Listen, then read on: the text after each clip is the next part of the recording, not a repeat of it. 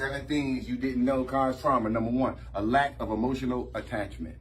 Did you have emotional attachment when you was a kid with your parents? Yeah, I think we all If you was hurt, I think we all do. No, we don't all have emotional attachment, because some of us have parents who never said they love us. Some of us have parents who never hugged us. Some of us have parents that when something bad happened, they said, get over it. And they never processed it with you. So you're not guaranteed to have an emotional attachment with your parent. Lack of emotional attachment. People experiencing trauma can struggle with forming healthy relationships. Let me say it again. People experiencing trauma can struggle with forming healthy relationships. This can have its roots in an inconsistent emotional connection with your primary caregiver. This can have its roots in an inconsistent emotional connection with your primary caregiver. So whoever that was, the person in children's services, or your foster care parent, or your older sibling, or your mom, your dad, your grandmother, or your grandfather, whoever that was, a friend of the family who watched you most of the time, whoever that person was who was your primary caregiver, if they were inconsistent with their affection towards you, if they were inconsistent, that could be a problem. Emotional or physical neglect during the early stages of life can cause trauma for the child. Emotional or physical neglect. Y'all know what physical neglect is, right? Opposed to emotional neglect, because it's different. Physical neglect is they don't buy you clean clothes. They don't even wash the clothes you have.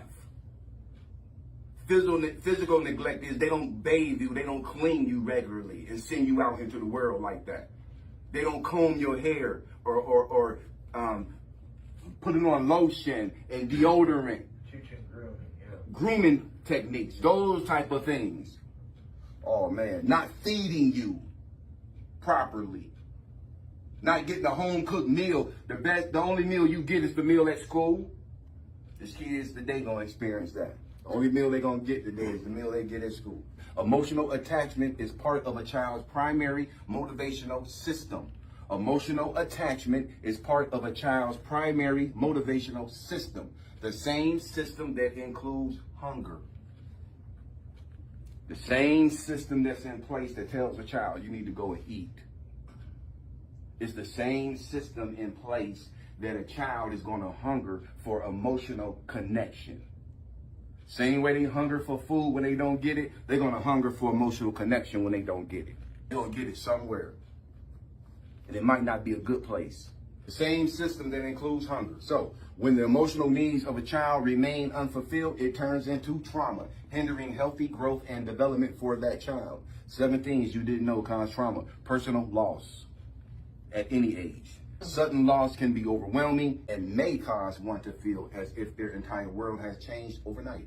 Losing a loved one can be incredibly traumatic, and this is why grief and trauma can overlap. Grief and trauma can overlap. It may be difficult to process emotions such as confusion or despair. Grief often causes anxiety and confusion because circumstances we once knew suddenly changed. Grief often causes anxiety and confusion because circumstances we once knew suddenly changed. There is no fixed time frame for getting over the death of a loved one. There's no fixed time frame. At times, it may seem easier to remain in denial. So, at times, it may seem easier to remain in denial where you can't believe that this person has died. You don't want to believe that this person has died. You can't come to grips with this person is gone. And this can prolong the hurt even more. 7 things you don't know cause trauma. Number 3, dysfunctional families. Dysfunctional families. We cannot choose the family that we're born into. And no family is perfect. But some families are more toxic than others. Nobody's family was perfect. I don't care how much money they had. I don't care if they had their mama and their daddy in the house. Don't make them perfect. But some families are more toxic than others. In a dysfunctional family comes apathy, neglect, and even abuse. In a dysfunctional family comes apathy, neglect, and even abuse. These negative family dynamics can cause trauma. These negative family dynamics can cause trauma. The vulnerable members feel unsafe, And I'm gonna tell you why this can cause trauma, because particularly if they're children or they might be an older person in the family, the vulnerable members feel unsafe as there are a lot of rules and little unconditional love. There is little unconditional love, which means the love comes with conditions. In a dysfunctional family, love comes with conditions. They don't just praise you just because you come in the house. Look at my son, I'm just glad you're here right now. See, unconditional love is, I love you just because you just walked into the house. Oh man, y'all don't feel me. Okay. All right, the vulnerable members feel unsafe as there are a lot of rules and little unconditional love. Dysfunctional families usually resort to tactics such as gaslighting to divide members into groups. In a dysfunctional family, they're going to divide members into groups.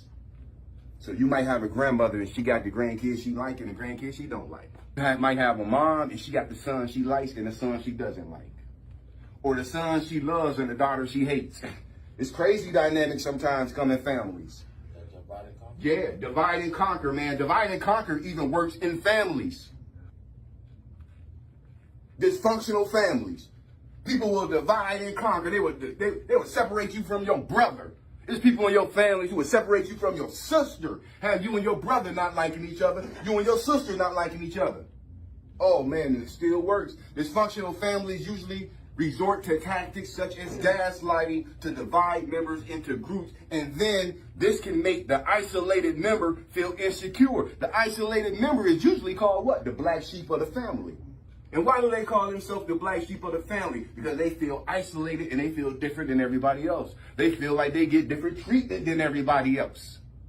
Usually, to be honest, the black sheep of the family is the person in the family who will say some stuff that everybody else won't say. While everybody's saying, you know, granddaddy done passed away, and everybody talking about how good granddaddy was and how he worked hard and he was a good person, but this person gonna be like, y'all know granddaddy wasn't good. Y'all know he wasn't good. He was mean. Y'all know he was abusive. Don't say that about granddaddy. Come on. Yeah. That's usually the black sheep of the family. They're gonna say some stuff people don't want to hear. Dysfunctional families usually resort to tactics such as gaslighting to divide members into groups, and this can make the isolated member feel insecure and anxious, and prolonged feelings of anxiety and insecurity can cause trauma. 7 things you didn't know cause trauma. Number 4, chronic stress.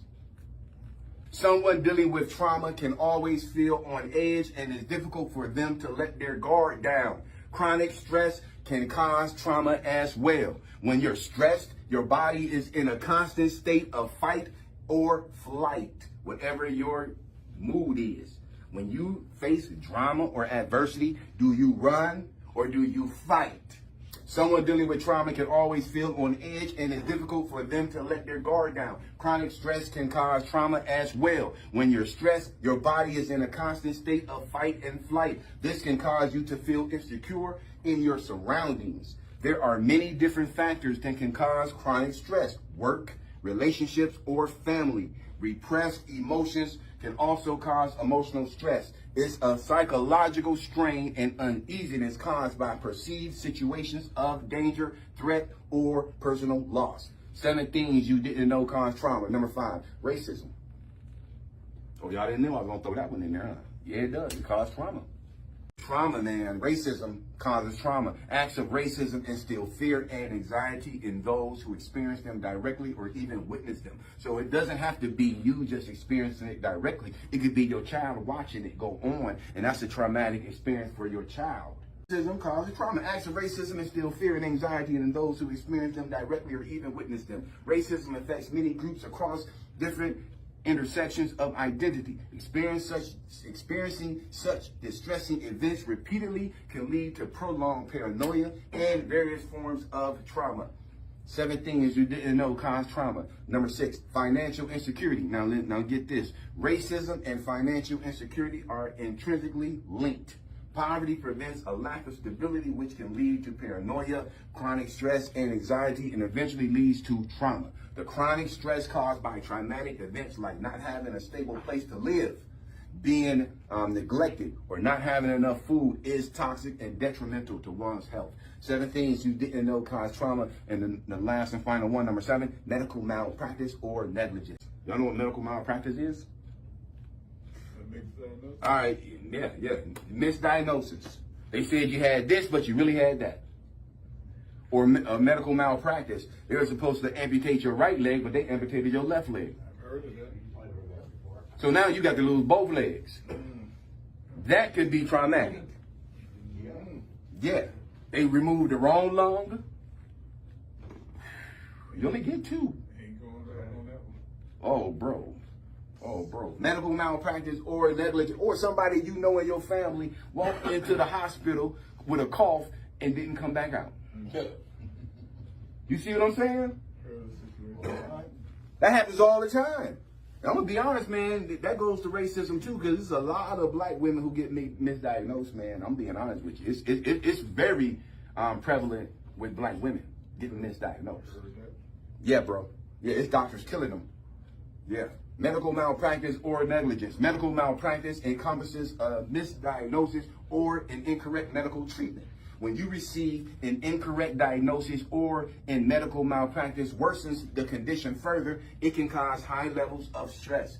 If the misunderstanding is not cleared earlier, or if the issue is prolonged, it can trigger feelings of deep trauma in the patients as well as those around them. So this is also like we were saying about racism. Just watching somebody go through it can affect you and can cause trauma. Just watching a family member go through medical malpractice or negligence can cause trauma in the person that's observing it, because you're watching somebody who you love suffer oftentimes.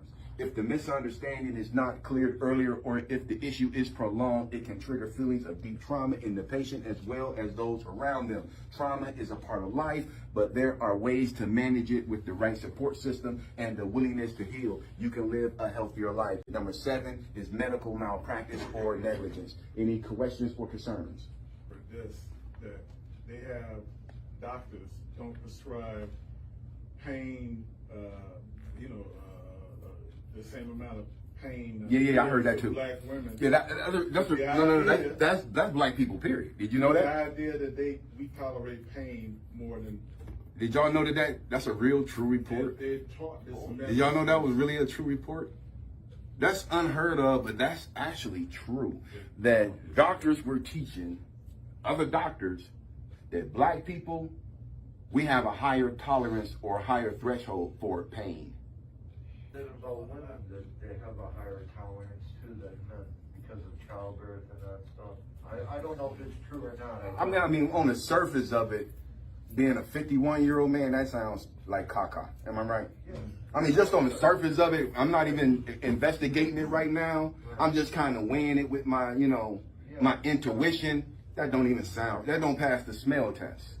You know what I'm saying? Just repeat that one more time, though. Just say it one more time so we can all catch it. I heard that women have a higher tolerance to pain because of childbirth, but I don't, All right, look, man, we ain't putting it on you. We ain't gonna kill the messenger. We just trying to dissect the silliness of it. That's all. We ain't putting it on you, but y'all, we know. We all on the same page, bro. We just all trying to examine it. We appreciate you bringing it up.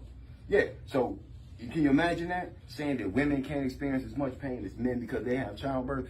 Doesn't that sound like archaic? Don't that sound like some old medieval type beliefs? Yeah, it's like put a stick in your mouth and bite on it, you know Right, what I mean? right. I mean, if you stab me in my arm and then you stab a woman in her arm, she's just gonna be walking around with a knife in her arm? Like, come on, man.